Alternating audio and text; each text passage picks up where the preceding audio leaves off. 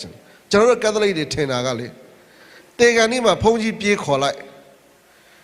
ပရိတ်တော်စီလေးလူလိုက်ပြီးပြီမိုးကောင်းငင်ရောက်သွားပြီလို့ထင်တာမဟုတ်ပါဘူးမဟုတ်ပါဘူးပရိတ်တော်စီလူလို့မိုးကောင်းငင်ရောက်တာမဟုတ်ဘူးဖခင်ကျေးဇူးတော်ခံစားရခြင်းအတိအမှတ်တစ်ခုအနေနဲ့ခင်ဗျားကိုပရိတ်တော်စီလူပေးတာဖြစ်တယ်ကျွန်တော်တို့ကက်သလစ်တော်များများထင်တာအော်ပရိတ်တော်စီလဲသူရသွားရှာတယ်တည်တဲ့အချိန်မှာလဲဘုန်းကြီးတွေကပေါ်မပေါ်မန္တလေးသာသနာမှာအပါ80ရှိတာ85ပါးလာတယ်နော်ဘုန်းကြီးတွေလည်းအကုန်လာတယ်ပေါ်မပေါ်နော်အလောင်းကိုလည်းကြည့်လိုက်စိတ်ပရိကလက်မှာတကုံးနော်လက်နဲ့ကျွန်တော်ဘာလုပ်တာစိတ်ပရိလေးလက်ရစ်ထားတာလယ်ဘင်းမှာတကုံးတချို့ဆို6တော့မှာတော့ပတ်ထားလိုက်သေးတယ်နော်တကူလုံးပတ်ပါလားကျွန်တော်အဲ့လိုလေးပတ်ပြီးမှချလိုက်ချပြီး300စိတ်ပရိစိတ်တခါ900စိတ်ပရိစိတ်တလပြည့်စိတ်ပရိစိတ်ပြီးရင်ဒီဝိညာဉ်မိုးကောင်းငင်ရောက်ပြီလို့ကျွန်တော်ကယူဆကြတာဖြစ်တယ်ကျွန်တော်ပြောမယ်ဖယားကိုမသိဘဲနဲ့မိုးကောင်းငင်မရောက်ပါဘူးဖယားကိုမသိဘဲနဲ့မိုးကောင်းငင်မရောက်ကျွန်တော်တို့ကက်သလစ်တွေနေထိုင်အသက်ရှင်တဲ့ဟာကိုကြည့်ကြည့်ဖယားမသိဘူးဆိုတာတော်တော်သိကြတယ်ဖယားเจ้าလာတယ်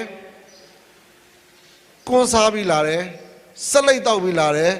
အရက်တောက်ပြီးလာတယ်တချို့အာဘလာဖြေတာတော့မှအရက်မှုပြီးလာဖြေတဲ့သူတွေရှိတယ်ဖယားเจ้าအပေါက်မှာပဲနေပြီးမှခုနဖာသာတင်ဝင်းပြောသလိုဩဝါဒလည်းစိတ်မဝင်စားဘူးကျမ်းစာဖတ်တာလည်းစိတ်မဝင်စားဘူးအထဲမှာဘာလုပ်နေလဲစိတ်ဝင်မစားဘူးဖယားဆိုတာလည်း तू သိလဲမသိဘူးခဏနေကြလာပြီးခရစ်ဆွေကိုရမြတ်အာမင်ဆိုပြီးဘယ်ပြန်ထွက်သွားတော့ဟိုတစ်ပင်အောက်ပြန်ထွက်သွားတယ်ဒါပဲကျွန်တော်မနေ့ညပြောတယ်မနေ့ကပြောတယ်ကျွန်တော်တို့ရဲ့ခန္ဓာကိုယ်ကဘု து ရဲ့ခန္ဓာကိုယ်တော့တန်ရှင်းသောဝိညာဉ်တော်ဖယားကိန်းအောင်ရာဗိမာန်တော်ဖြစ်တယ်ဒီဖြင့်လူမျိုးတွေတော့ကျွန်တော်မသိဘူးကျွန်တော်တို့မန္တလေးသာသနာမှာဆိုရင်ရွာကိုဆရာတော်ကြွလာမယ်ဆိုရင်ဘယ်လိုကြိုကြတော့ဆရာတော်ကတနာရီရောက်မယ်ဆိုရင်မနေ့10နာရီတက်ကလမ်းမပေါ်ဘာဖြစ်တာတော့ရောက်နေပြီဘုံတွေရောဘာတွေရောညာတွေရောကာရီနဲ့ဆိုရင်ပို့ဆိုးတယ်ကျွန်တော်တို့ဟုတ်တယ်နော်ဟောဒါအပြစ်တင်တာမဟုတ်နော်ကာရီနဲ့ဆိုကျွန်တော်လည်းဟောမနေ့10နာရီကာရီနဲ့တနာရီမှလာမနေ့10နာရီတက်ကရောက်နေပြီအိုးတချင်းတွေရောလူတွေရောပြီးဝေါ်တွေလားဘာတွေလားညာတွေဘလို့ကာရီနဲ့ကိုမြင့်နဲ့တင်ဖို့ရာအတွက်ဟုတ်တယ်နော်အကောင်လုံးပြင်ကြတယ်အော်ကာရီတိုင်းလာတဲ့အချိန်မှာဝိုင်းကာရီပဲကာရီကိုကြိုးကြတယ်အိုးပြောလုပ်ကြတယ်ဒါပေမဲ့အဲ့ဒီကာရီနဲ့တဲ့အစာပေါင်းမြောက်များစွာမြင့်မြတ်တော်မူသောကိုရောမြတ်စက္ကရမန်တူမှာဂိမ်းအောင်တော်မူသောဖယားခမရင်ပတ်တဲ့ခမခန္ဓာကိုယ်တဲ့လာဖို့ကြဘာမှမပြင်ဘူးဗျာဘာမှမပြင်ဘူးဗျာနားလည်လားမသိဘူးဘာမှမပြင်ဘူးဖျားเจ้าသွားမယ်လေသွားမယ်ဝိတရားချင်းဒီနေ့ပြာခံတဲ့နေ့ဖျားเจ้าသွားရအောင်ပါနော်အပေါက်မှာထိုင်တာပြီးပြာခံပြီးပြန်ထွက်သွားတာမင်းပြာတော့လောင်းပေးလိုက်အောင်မယ်တကူလုံးပြာခံလို့မိုးကောင်းငင်မရောက်ဘူးပြာခံခြင်းရဲ့အဓိပ္ပာယ်ကနောင်တရခြင်းနောင်တရဒီနေ့ဝါကျွတ်တဲ့နေ့လေဖယားเจ้าသွားရအောင်မယ်ကျွန်တော်တို့ကက်သလစ်ကဖယားเจ้าသွားပဲသွားတာဖယားနဲ့မသွားဘူးဖယားလည်းရမလာဘူးဒီနေ့ဝါကျွတ်တဲ့နေ့ပါစကားဝိတရားမကြေရင်သင်ញိုင်းမရဘူးအဲဒါကြောင့်မလို့ပါစကားဝိတရားကြေကိုကြေရမယ်ပါစကားဝိတရားမကြေရင်ဖုံးကြီးကမလိုက်ဘူးတဲ့ကျွန်တော်တို့သိကြပါတယ်ကချင်ပြည်နယ်မှာစစ်ဘေးတွေဖြစ်နေတယ်အမျိုးမျိုးတည်သွားတဲ့ဘာသာသူတွေအများကြီးရှိတယ်ဖုံးကြီးလည်းမတွေ့လိုက်ရပဲတည်သွားတဲ့ဘာသာသူတွေရှိတယ်ပရိတ်တော်စီလည်းမရပဲတည်သွားတဲ့ဘာသာသူတွေရှိတယ်ဖုံးကြီးလိုက်မှမိုးကောင်းငင်ရောက်တာမဟုတ်ဘူးဖယားရှိမှမိုးကောင်းငင်ရောက်တာ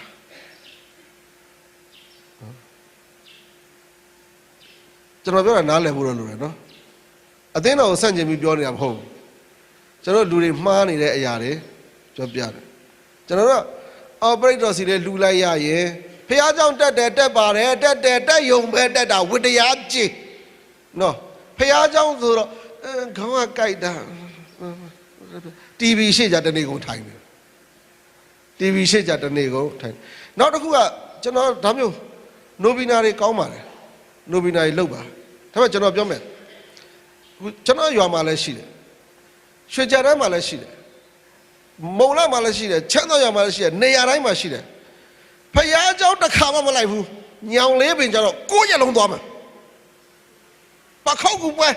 သွားမှာနေရောညရောမိုးရွာလည်းထိဆောင်သွားမှာနော်ညာချမ်းသာကုန်းသွားမှာမေတော်ကပေးမှာဆိုတော့သွားမှာအိမ်ပြန်ရောက်လာဖះเจ้าတစ်ခါမတက်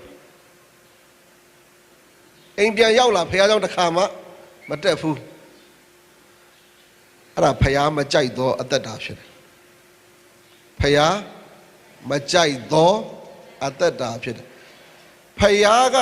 ကျွန်တော်တို့နဲ့အတူတူနေခြင်းသောကြောင့်မိုးကောင်းငင်ကနေလူအဖြစ်ကိုယူတော်မူသောဖះဖြစ်တယ်အေမာနွေလဆိုသည်မှာငါတို့နဲ့အတူ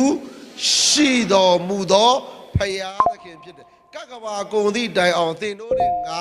အတူရှိမိအသင်းတော်ကဘာသာသူတွေဖះเจ้าမတက်ဖြစ်မှာစိုးလို့တစ်နှစ်ကိုအနည်းဆုံးတစ်ကြိမ်အာဘတ်ဖြေပြီးတစ်ကြိမ်ဖះเจ้าတက်ပါလို့ပြောတာအတိအကျလိုက်နာတဲ့ဘာသာသူကတစ်ကြိမ်မှတက်ပြီးတစ်ကြိမ်ပဲဖြေတယ်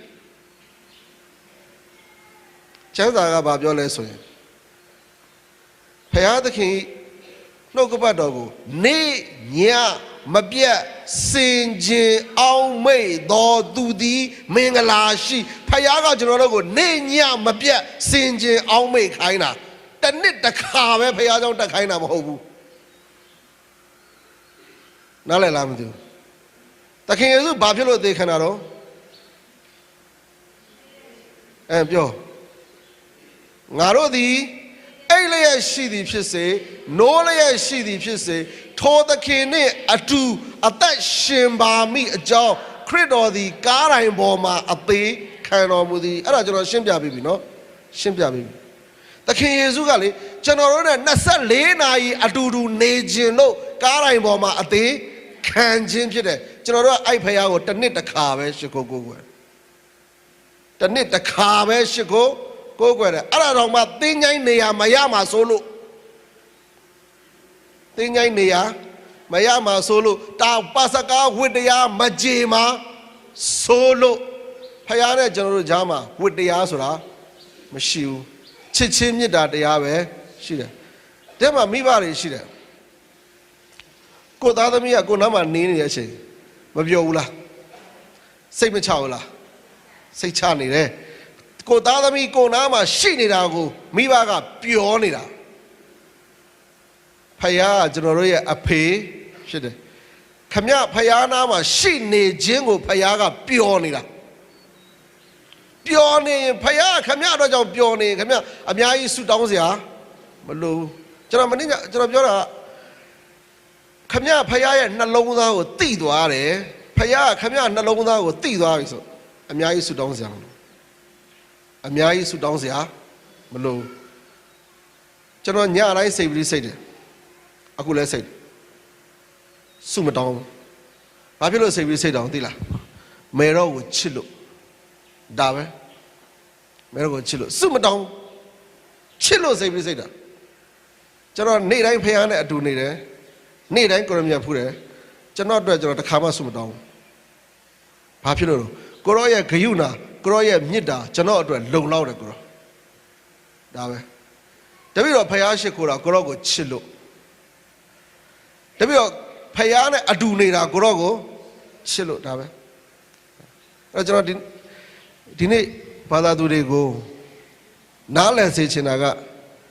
ကျွန်တော်တို့မသိတဲ့အချိန်မှာကျွန်တော်တို့မလုပ်ရမှာသိရမှာကျွန်တော်တို့မသိတဲ့အချိန်မှာကျွန်တော်တို့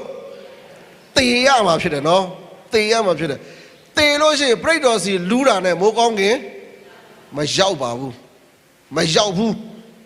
နော်ဖုန်းနဲ့ recording လုပ်ထားပြီးဆရာတော့သွားပြဖာသာဝင်းမြတ်အဲ့လိုတရားဟောတယ်လို့အေးသူကပြောလိုက်မယ်ဟုတ်တယ်လို့ပြောလိုက်မယ်ဟုတ်တယ်လို့ပြောလိုက်ပြိတ္တော်စီလူးလိုက်တာနဲ့မိုးကောင်းခင်မရောက်ဘူး ုန်းကြီးအပါ80လာလို့မိုးကောင်းငင်မရောက်ဘူးခမရဘဝအသက်တာမှာဖယားရှိပြီးမှအဲ့ဖယားနဲ့အတူတူနေထိုင်အသက်ရှင်ခဲ့မှသာလေမိုးကောင်းငင်ရောက်တာရွာမှာကာရီနယ်လာလို့ရှိရင်အပြတ်သက်ကြိုဆိုကြတယ်ဗျာတနှုံးကနေဖယားเจ้าမှာကိုရမြတ်ပြင့်မဲ့အချိန်မှာကျွန်တော်တို့မပြင်ထားဘူးမပြင်ထားဘူးဘာမှပြင်မထားဘူးဗဇက်လည်းပြင်မထားဘူးနှလုံးသားလည်းပြင်မထားဘူးအုံနောက်လည်းပြင်မထားဘူးအဝိအစားတော်မပြင်ဘူးဗျာအိယာဘွားတိုင်းထားပြီးထွက်လာနော်အိယာဘွားဒီတိုင်းထားပြီးထွက်လာဘာမှမပြင်မဲနဲ့ဘာလို့လဲဖယားเจ้าလာပြီးဘသူ့ကိုပြင်ယူတော့ဖယားကိုပြင်ယူတယ်ဖယားကြာနေလို့ရမလားကြာနေလို့ရမလားမရဘူးကျွန်တော်ဒီနေ့ကိုတန်ဖိုးရှိတော်သူဆိုတာသိဖို့လိုတယ်ကိုနေတဲ့ဖယားကိုသိဖို့လိုအပ်တယ်နော်နောက်တစ်ခုကျွန်တော်သတိပေးချင်တာဘာလဲဆိုရင်ဝိဆောင်ပွဲတွေလာတယ်လာပြီးရင်မန္တလေးတို့တနေရာတို့မှာကျွန်တော်နဲ့တွေ့လို့ရှိရင်လူတွေကအမြဲတမ်းညီးကြတယ်ကိုတော့တပည့်တော်တို့ဝိဆောင်ပွဲတွေတက်ပြီးပြန်သွားတဲ့အချိန်အိမ်ကယောက်ျားလေးကျန်းစာပြောပြတာဘလို့မှလက်မခံဘူးကိုတော့ဘလို့မှသူ့ကိုပြောင်းလဲလို့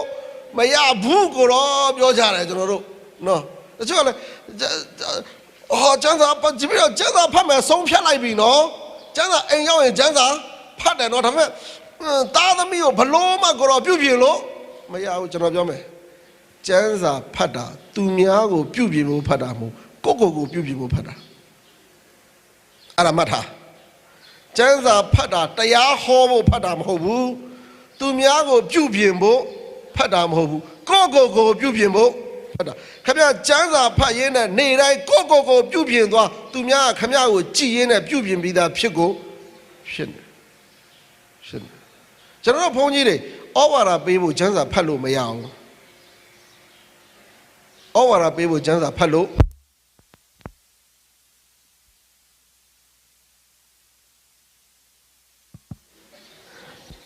မီလာနော်အော်မီလာဆရာကျေးဇူးတော်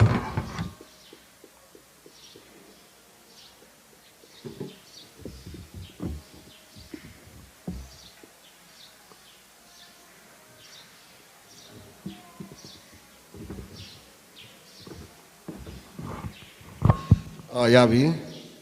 ပိုက်စားပြီလားဘယ်ရောက်သွားပြီကျမ်းစာဖတ်တာသူများအတွက်ဖတ်တာမဟုတ်ဘူးအော်ဒီမှာကျမ်းစာဖတ်ဟာမိုက်ပြီဒီပွိုင်းဟောလာဟောလာမကြည့်တဲ့နော်ဒီမှာကြည့်တဲ့နော်နင့်ပြောနေတာကွက်တိပဲနင့်ပြောနေတာဒီကျမ်းစာကျနင့်ပြောနေတာမဟုတ်ဘူးသူမပြောမင်းပြောတာ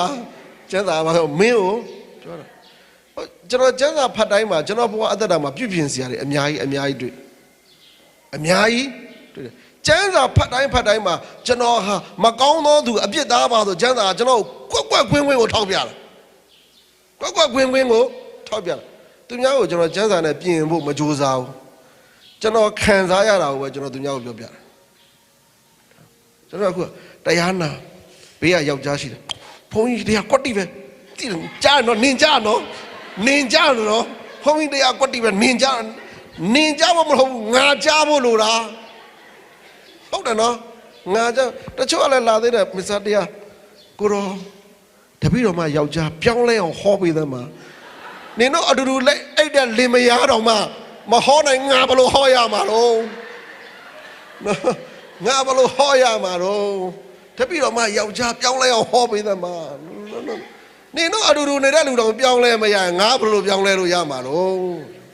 ကျွန်တော်ပြောမယ်သူများကိုပြောင်းလဲစေခြင်းလားခမရအားဖြင့်သူများကိုပြောင်းလဲစေခြင်းလားကိုယ်တိုင်အရင်ပြောင်းလဲကိုယ်တိုင်အရင်ပြောင်းလဲခမရကျမ်းစာဖတ်တာအေဝေဂေလိလှုပ်ဖို့မဖတ်နဲ့အဲ့ဒီအေဝေဂေလိကသူများသွားလို့ရမဟုတ်ကိုအရင်အေဝေဂေလိလှုပ်သူများကိုအေဝေဂေလိလှုပ်ဖို့ကျမ်းစာမဖတ်နဲ့အဲ့ဒါခရစ်ယာန်တွေရဲ့ပြဿနာအသင်းခွဲတွေရဲ့ပြဿနာအဲ့ဒါအေဝေဂေလိလို့ဖဟောမပြောင်းလဲဘူးလားပြောင်းလဲတော့မပြောင်းအောင်မှာဒေါသတွေထွက်နေတာဒေါသတွေထွက်နေ သူများပြောင်းလဲဖို့အတွက်ကျမ်းစာရေးထားမှာမဟုတ်ဘူးခမရပြောင်းလဲဖို့ကျမ်းစာရေးထားတာ